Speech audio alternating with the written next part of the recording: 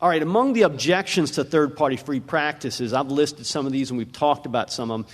The primary care doctor will say, oh, you can do it because you're so specialized. Well, hello, most of the people that have done it are not specialized. Most of them are primary care doctors. They also say, well, if I do it, they'll just go down, see somebody else down the street. Okay, now the specialist says, oh, I can't do it because my surgeries and tests and everything's too expensive. The patients won't be able to afford it. And then the generic one, which I really love, it's immoral to deny medical care to those who can't pay.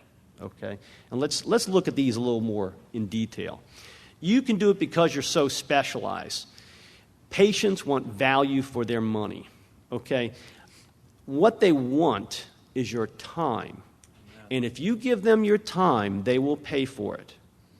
When I was a resident, we used to go to this outlying clinic like 3 hours outside of New Orleans, and we'd see, there was 3 of us, and we'd see 1.5 gazillion patients in that day. And it was nonstop from the time we got there till the end of the day, and it was so busy that the very first time I got there, I was seeing a patient, the chief resident comes to me and says, look, only 1 complaint per patient.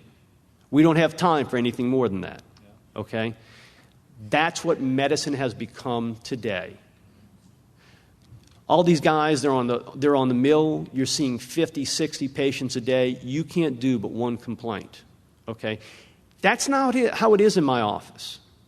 My average first initial consult visit with a patient is 1 hour. I spend an hour with my patient. I mean, that's average. Some of them longer. It depends what the problem is. It makes practicing, being a doctor again.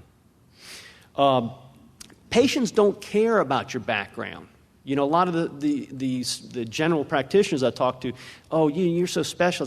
They don't care. They know you're a doctor, and they know you care, and they know if you don't know the answer, you'll go back and try and find out the answer for them.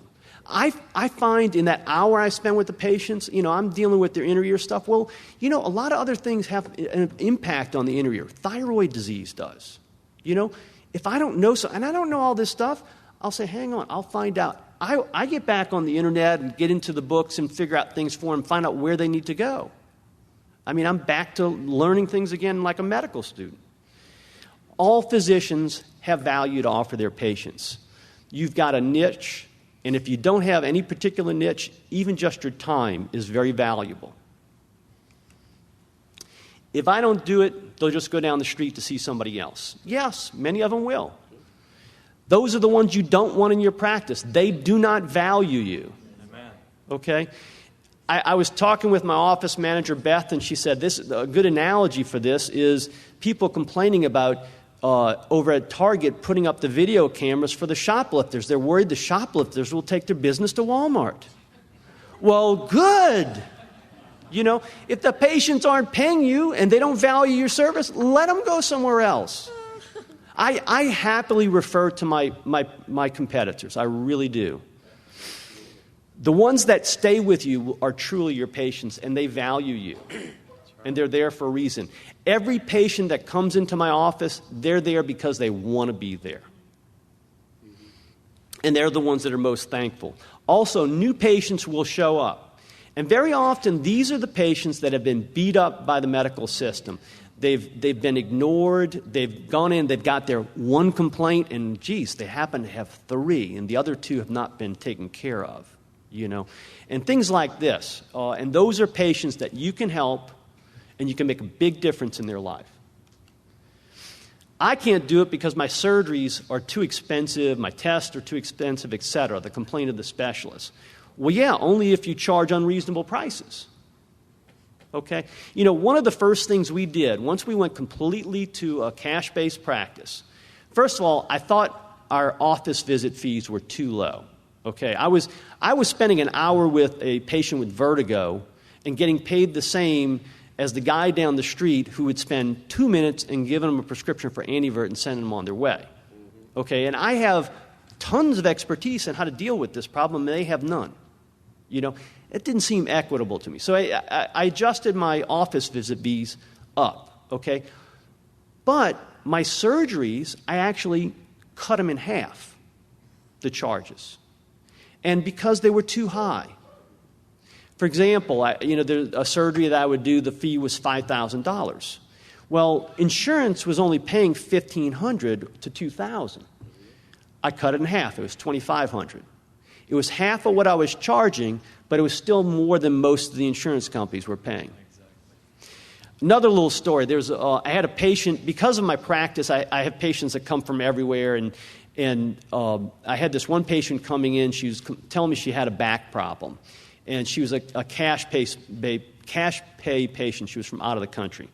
And I said, well, when you're down here, I can set you up with a pain doctor to look at that for you. And she said, oh, that would be great because it takes so long to see a doctor where I live, on and on. And so I call up this young pain doctor, and I figure, well, maybe I can see if I can help this guy start his practice off, and he seems like he understands this. And he quotes her a price, no, not a reasonable price, but his charges, which I know were about 10 times what he would get from an insurance company. The patient said, oh, no, thank you. And I can understand why.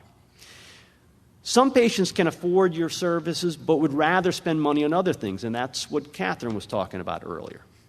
And there's other patients who really can't afford it, and you think they deserve to have that care. You can do charity care. You don't have to deny that service to them if you feel that's appropriate. But that's your decision, not some third party's decision.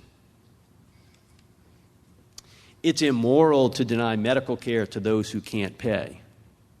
No one's denied medical care. The patients who truly cannot pay, who really need something, most of those patients have Medicaid anyway, okay? At our office, every patient knows what the fee is for the services before they even make the appointment. Okay, so they can decide to not even make the appointment, okay? Most doctors' offices, you know how it is. The patient shows up. They don't have any idea what it's going to cost. The doctor doesn't know what it's going to cost. The patient leaves having not paid anything. 3 months later, they get an EOB, and they get the surprise bill. Okay? I tell you, which one's more equitable? The other thing is, 10 different patients, 10 different charges, or 10 different payments. Our office, everybody pays exactly the same price, unless there's some reason I adjust a fee for some reason. Also, too, most medical treatments are not life or death situations. Most of them are quality of life issues. Hearing. Most patients, they could care less if they can hear. Well, some, they want to hear and they want a hearing aid. It's not, they can go their whole life without dealing with it. The third-party system is an immoral system. That's right. It's a collusion between doctors and patients to get money from somebody else. That's what that is. Somebody who is an uninterested party, so to speak. Why not to do this? And I wrote this a while back, and I put up there to make more money, okay? And the reason I put that is I looked at it and I said, the way we did it, I don't know if there's any big difference in the amount of money I make. I mean, I make pretty much the same as I did before we made the transition, but we did it so slowly, it's kind of hard for me to say that for sure. And at the same time, too, it's been 5 years since I've even known what the reimbursement is. So maybe if we would not have done this, I'd be making a lot less money now. I don't know. But I'm completely happy with the financial situation with this.